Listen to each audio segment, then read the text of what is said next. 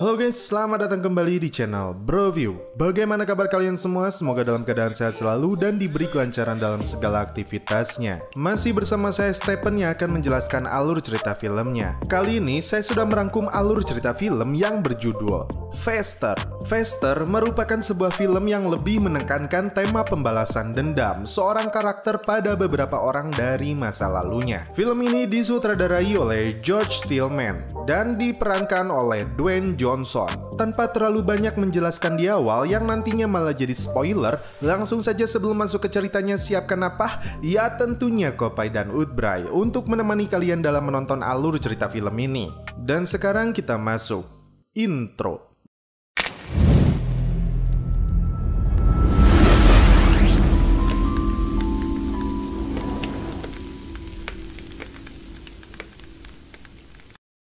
Di awal film, kita langsung diperlihatkan dengan sosok pemeran utama dalam film ini. Dia bernama James dan disebut sebagai driver. Dia sedang berada di balik jeruji penjara. Saat dibawa petugas, tahanan lain yang berada di sel menunjukkan kemarahannya kepada dia. Kepala sipir yang bernama Warden memanggilnya, dan beberapa foto tahanan lain yang terluka diperlihatkan di sini. Dan sepertinya inilah alasannya tahanan lain begitu membencinya. Ini adalah hari pertama kebebasannya. Warden memberikan kartu nama kepadanya jika dia membutuhkan bantuan di luar sana.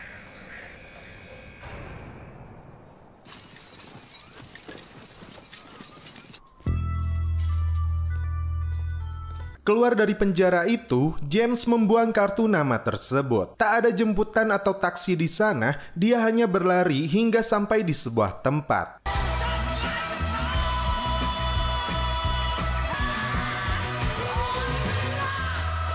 James ternyata menyimpan mobil kerennya di sini. Dia kemudian mengeluarkan sebuah dokumen dan foto seseorang berikut pistol yang telah dia persiapkan. Dendam dan amarah masih menyelimuti dirinya. Dia langsung memacu mobilnya hingga sampai di sebuah kota. Tanpa memperdulikan mobil yang lewat, dia menyeberangi jalan dan masuk ke sebuah kantor untuk mencari seseorang, dan tanpa basa-basi ini yang dia lakukan.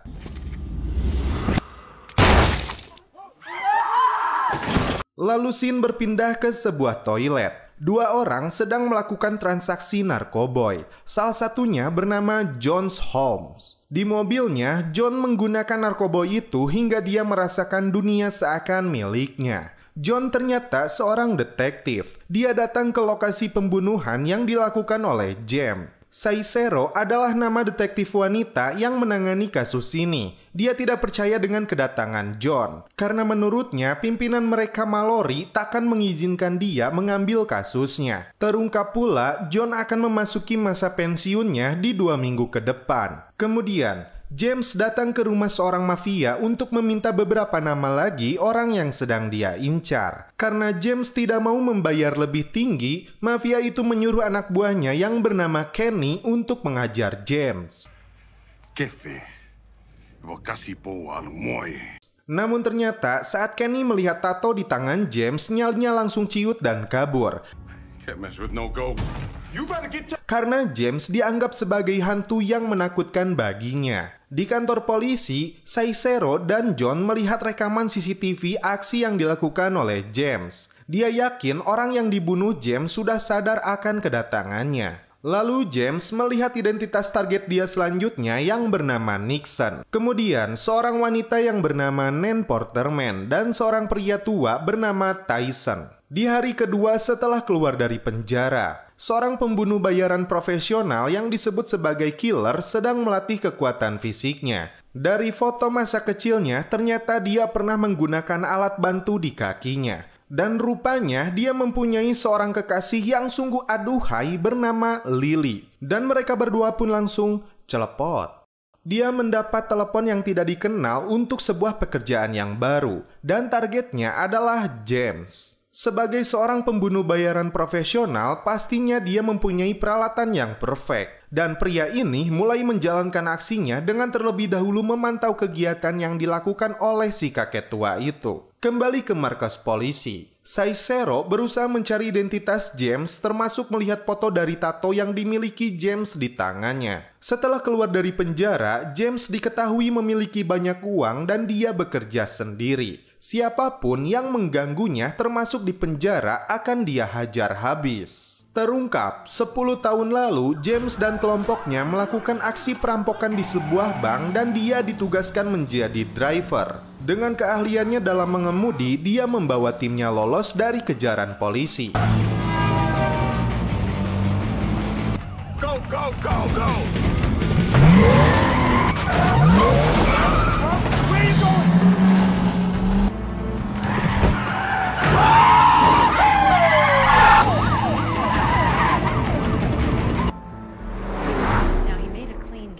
Kembali ke si kakek tua yang menjadi target James. Dia dibantu seorang gadis cantik masuk ke rumahnya. Si killer yang sedang memantau di sana melihat sebuah mobil yang ditumpangi James datang ke tempat yang sama. Si killer mulai mempersiapkan senjatanya. Begitupun James yang diliputi amarah dan kesedihan turun dari mobilnya. Namun sebelum itu dia selalu melihat foto dirinya dan saudaranya yaitu Gary. Kemudian dalam rekaman video yang dilihat oleh Cicero dan John terungkap setelah aksi perampokan itu datang kelompok lain ke tempat mereka dan langsung melakukan penyerangan. John bertanya, bagaimana Cicero memperoleh rekaman ini? Ternyata, seminggu setelah dia menjadi detektif, dia melakukan operasi video porno. Dan disitulah dia mendapatkan video ini. Terlihat, James dan Gary dipaksa mereka untuk menunjukkan lokasi uang hasil perampokannya. Di rumahnya, ternyata si kakek tua bejat ini memberikan obat tidur kepada gadis itu. Dalam rekamannya, James menyuruh Gary mengatakan lokasi uangnya untuk keselamatan mereka. Dan dia akhirnya menyebut uangnya berada di lantai dapur. Yang sedikit mencurigakan, detektif Jones yang melihat rekaman ini sedikit gugup. Kelompok ini akhirnya menggorok leher Gary dan salah satu pelakunya adalah pria yang ditembak mati James di kantornya. Dan si kakek tua itu berperan merekam aksi mereka. Kembali ke si James yang mendobrak masuk ke rumah si tua bangka itu dan... He made us do it! Saat berjalan keluar, muncul si killer dan adu tembakan di antara mereka akhirnya terjadi.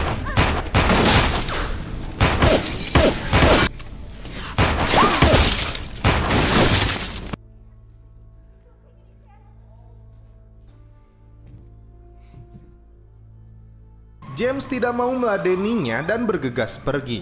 Dalam rekaman itu, James ditembak tepat di kepalanya dan pihak rumah sakit pun sudah mengklaim dia telah tewas. Nyatanya, peluru itu melewati tengkorak kepala hingga pipinya dan dia harus dipasang plat besi di dalamnya. Beruntung, dia kembali hidup untuk melakukan aksi balas dendam. Jones ternyata mempunyai seorang anak yang lucu dari mantan istrinya. Saat hendak mengantarnya, Cicero menelponnya untuk datang ke TKP karena telah terjadi penembakan kembali. Sang killer menghubungi Lily dan menceritakan target dia ternyata bukan orang sembarangan. Tanpa rasa takut dan kenal ampun, dia menembakinya dengan cepat. Dan kata terakhir yang dia ucapkan kepada Lily yaitu, Marry me.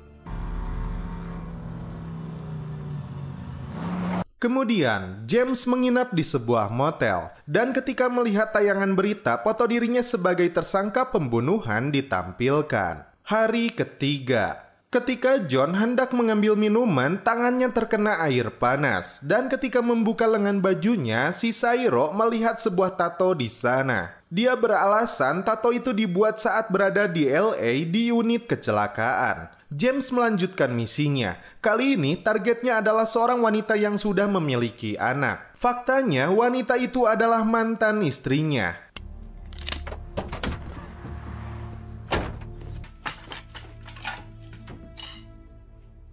Saat James meninggalkannya, dia dalam kondisi mengandung hingga terpaksa dia harus mengaborsinya.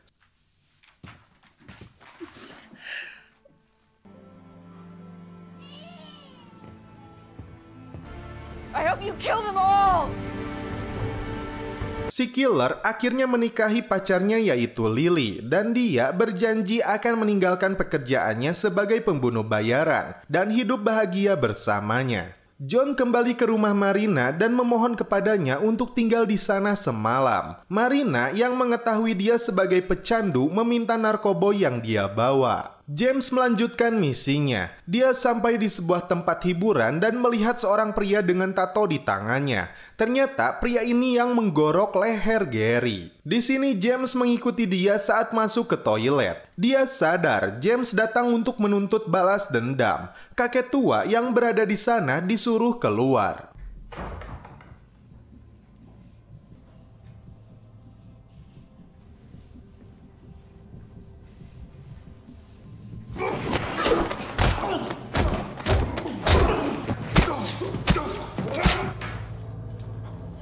Sebelum tewas, dia mengatakan seseorang telah menyuruh mereka untuk menghabisinya. Dia pun memberikan handphonenya kepada James untuk mengatakan minta maaf kepada anaknya.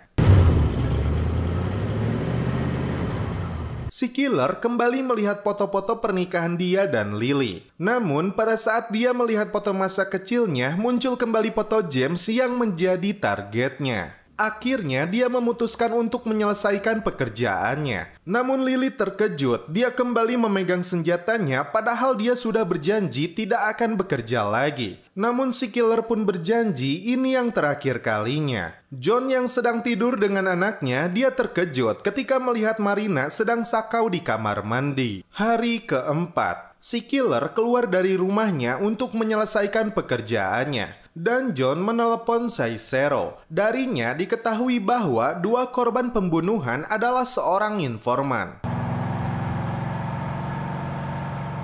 James yang sedang mendengar radio mengetahui target yang dia tusuk semalam ternyata masih hidup dan berada dalam kondisi kritis. Dia kemudian memutar balik mobilnya menuju rumah sakit. Begitupun si killer yang sedang memburu James menuju ke rumah sakit yang sama. James menerobos masuk ke ruang operasi dan menembak mati pria itu hingga benar-benar tewas. John yang sedang berada di rumah sakit langsung memburu James. Hingga di sebuah basement mereka saling menembak.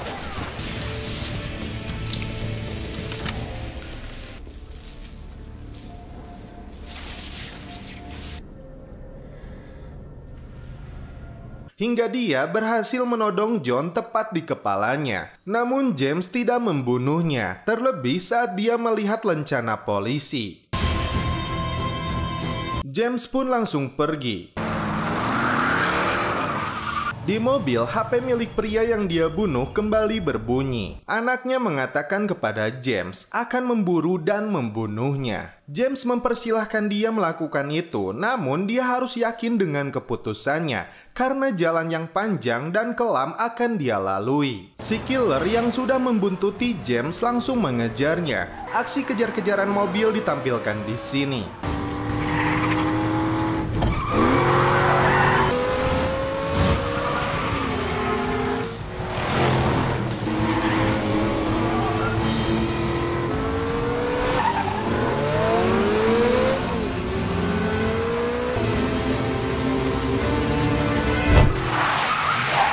Di sini James berhasil menodongnya. Namun setelah melihat dia bukanlah targetnya, dia hanya menembak ban mobilnya. Berbeda dengan si killer yang memang berniat membunuhnya langsung menembak hingga melukai leher James. James datang ke rumah orang tuanya. Dia langsung menodong ibunya dan meminta informasi keberadaan ayahnya. Ternyata ayahnya sudah meninggal 4 tahun yang lalu. James merasa ayahnya telah menjebak dia dan adiknya Gary karena masalah uang. Namun ibunya menegaskan mendiang ayahnya tidak mungkin melakukan hal itu karena dia juga menyayangi Gary. James belum menemukan sosok yang menjebak mereka hingga kecurigaan muncul kepada sosok pacar Gary. Di hari kelima,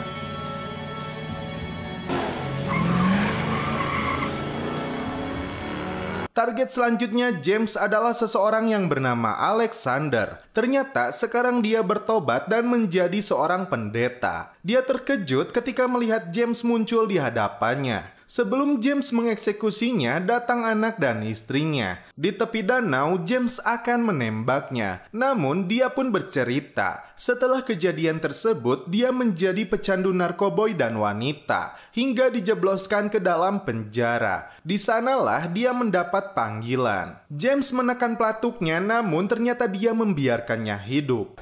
I can't.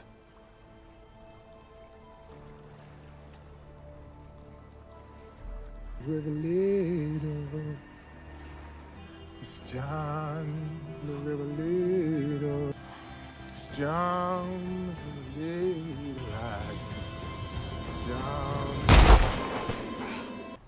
Go back to your family. Ternyata si killer berada di sana dan melihat James membebaskan orang itu. James kembali ke gereja dan merenung di sana karena merasa semua targetnya telah dia habisi. Tiba-tiba, killer muncul dan menodongkan senjatanya. Di sisi lain, John sampai di lokasi itu juga. Si Sairo yang menanyakan keberadaannya akan segera menyusul. Terlihat sebuah bukti baru masuk ke markas mereka. James di sini tidak mau melawan si killer karena dia merasa tidak ada dendam kepadanya. Killer merasa dilecehkan oleh James padahal 3 hari terakhir ini dia sudah berusaha membunuhnya. Namun alasan itu tidak cukup kuat bagi James. Di sini si killer mengatakan ada satu lagi target James, yaitu orang yang mempekerjakannya dan dia masih hidup. Kemudian muncul John ke sana dan menyuruh si killer menurunkan senjatanya. Si killer pun tidak mau melakukan itu karena dia belum menyelesaikan pekerjaannya. Tiba-tiba si John menembak James dan terungkap dia adalah sosok yang menembak kepala James 10 tahun lalu. James tidak mengetahui identitasnya dan ternyata pacar Gary adalah informannya saat dia bertugas di LA. Semua target yang dibunuh James adalah informannya Jones. Killer pergi dari tempat itu. Di sisi lain, si Sairo sudah mendapatkan informasi sosok polisi yang menjadi dalang semua ini. Dan itu adalah John. Ketika John sedang menelepon Marina karena tersangkanya telah dia habisi. Dan mereka berniat membina hidup yang baru. Akan tetapi, James ternyata masih hidup dan menembak John dari belakang. Ternyata James masih hidup karena plat besi yang ditanam di tengkoraknya setelah kejadian 10 tahun lalu. Tak lama setelah itu, si Sairo datang ke TKP dan menemukan John telah tewas. Dia pun menutup fakta sebenarnya kepada atasannya. Dan di akhir cerita, James lebih tenang untuk menabur abu jenazah saudaranya. Dan film pun berakhir. Oke guys, bagaimana menurut kalian alur cerita film dari Faster ini? Memang tidak ada yang begitu istimewa dari film ini. Namun cukup menyegarkan ketika film sejenis ini mampu tampil dengan sebuah tema yang cukup mendalam seperti yang dibawakan dalam naskah cerita Faster. Di samping itu, jajaran pemeran Faster tampil dengan kemampuan akting yang sama sekali tidak buruk. Walaupun film ini akan sedikit berpotensi mengecewakan bagi mereka yang mengharapkan sebuah film action yang berjalan dengan ritme yang cepat. Namun, secara keseluruhan, Faster berhasil menjadi sebuah tayangan yang cukup layak untuk disimak. Terlepas dari semua kekurangan film ini, kita kembali kepada slogan Broview, yaitu apapun filmnya, minumnya tetap Kopai.